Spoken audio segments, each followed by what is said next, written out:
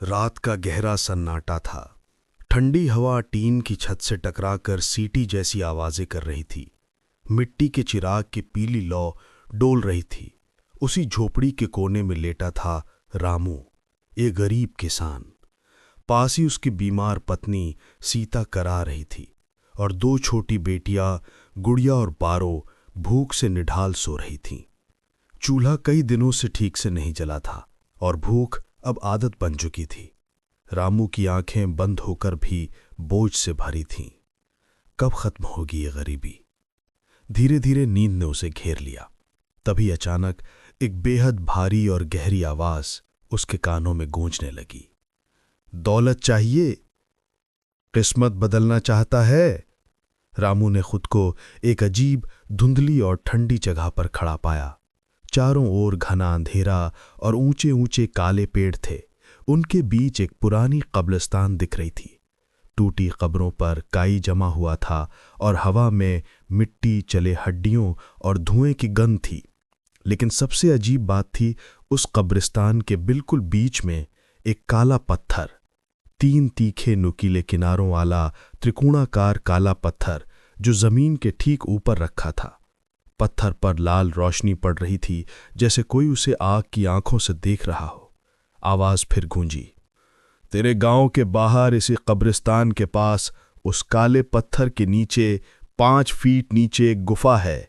वहां अपार धन छिपा है। जा खुदाई कर, तेरी तकदीर तेरा इंतजार कर रही है। रामू का दिल तेजी से धड़कने लगा। अचानक आवाज तेज हो गई, ध्यान रहे, पहचान वही 3 किनारा काला पत्थर है। रामू चीखते हुए उठ बैठा। उसका शरीर पसीने से भीगा हुआ था, सांसें तेज थीं। उसने तुरंत सीता को झिंझोड़ा। सीता, मैंने सपना देखा। खजाना सीता, इतना पैसा कि हमारी जिंदगी बदल जाए। गांव के बाहर कब्रिस्तान के पास 3 नुकीले किनारे वाला काला पत्थर, वही जगह है। सीता ने थकी और टूटी आवाज में कहा, रामू, भूख ने तुझे पागल कर दिया है, सपनों पर मत चल। लेकिन अब रामू के चेहरे पर एक पागलपन जैसा उत्साह था। अगले सुबह वो फावड़ा और कुदाल लेकर कब्रिस्तान पहुंचा। रास्ता सुनसान था। पेड़ों का साया उसके पीछे चलता हुआ महसूस होता था। दूर कहीं कौवे काऊ काऊ कर रहे थे। कब्रिस्तान पहुंचा तो उसने ठंडी हवा का झोंका महसूस किया और ठीक सामने वही पत्थर, काला, 3 नुकीले किनारों वाला, बिल्कुल वैसा ही जैसा उसने सपने में देखा था। उसने डर और उम्मीद के बीच जमीन छुई और धीरे से कहा, भगवान, बस इतना दे देना कि मेरी बेटियां भूखी न सोएं। उसने जगह चिन्हित की और खुद से कहा, रात को लौटूंगा, किसी की नजर न पड़े। रात के लगभग 12 बज रहे थे। गहरा कोहरा फैल चुका था। रास्ता मुश्किल से दिखाई दे रहा था। कब्रिस्तान के पास पहुंचकर उसने फावड़ा चलाना शुरू किया। जैसे ही उसने पहला वार किया, जमीन के अंदर से एक गूंज निकली, लंबी, भयानक, जैसे कोई सो रहा था और जाग गया हो। उसी वक्त बहुत दूर, हजारों मील के पार, एक गुफा में बैठा एक विशाल राक्षस, जो उस खजाने का रक्षक था, अचानक आग की तरह चमक उठा। उसकी आंखें लाल अंगारों जैसी जल उठीं। वो गुर्राया, किसी ने पवित्र धन को छुआ है, और वो हवा में बदलकर बिजली की गति से उड़ पड़ा कब्रिस्तान की ओर। उधर रामू लगातार खुदाई कर रहा था। मिट्टी हटाते हटाते उसके हाथ कांप रहे थे, लेकिन सपनों की चमक उसे रुकने नहीं दे रही थी। कुछ देर बाद फावड़ा किसी धातु जैसी चीज से टकराया। ठक! उसने हाथ डाला और पुरानी मेटल की कैप जैसी चीज पाई, जिस पर अजीब प्राचीन चिन्ह बने थे।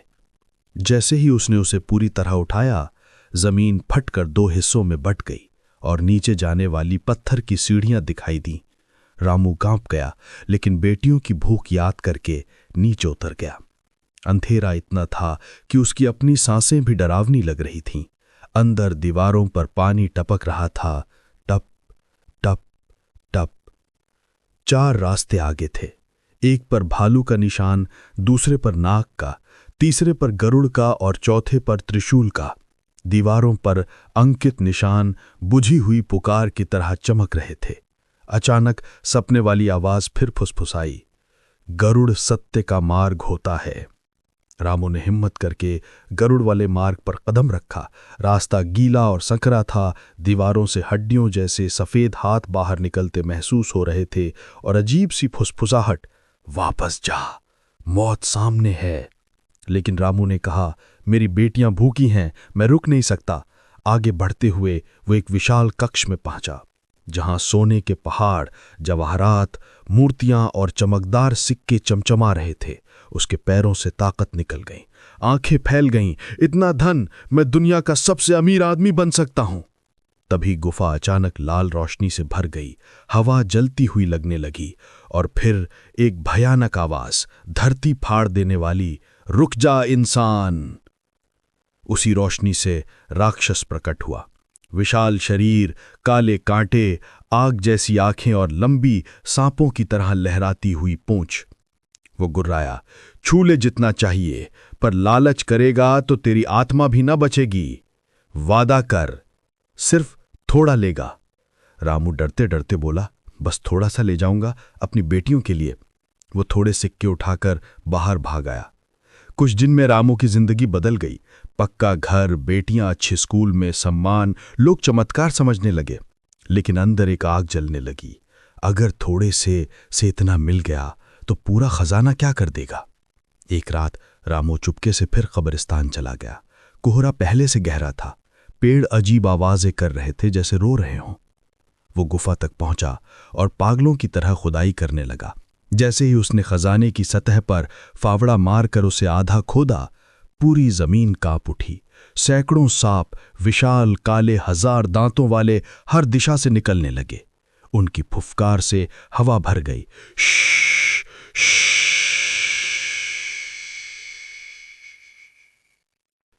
राक्षस भी प्रकट हुआ, इस बार पहले से 1000 गुना भयानक, आग से भरा हुआ।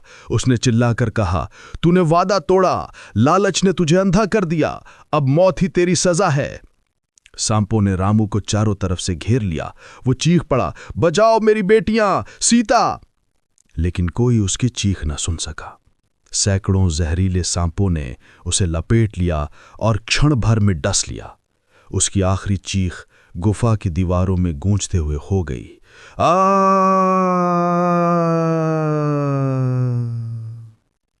उस रात के बाद से लोग कहते हैं कि अगर आधी रात उस कब्रिस्तान के पास जाओ तो मिट्टी खुदमे की आवाज आती है और एक दर्द भरी चीख, मेरी बेटियां। आज भी वहां 3 नुकीले किनारों वाला काला पत्थर पड़ा है। जो भी लालच में उसे खुदाई के लिए उठाता है,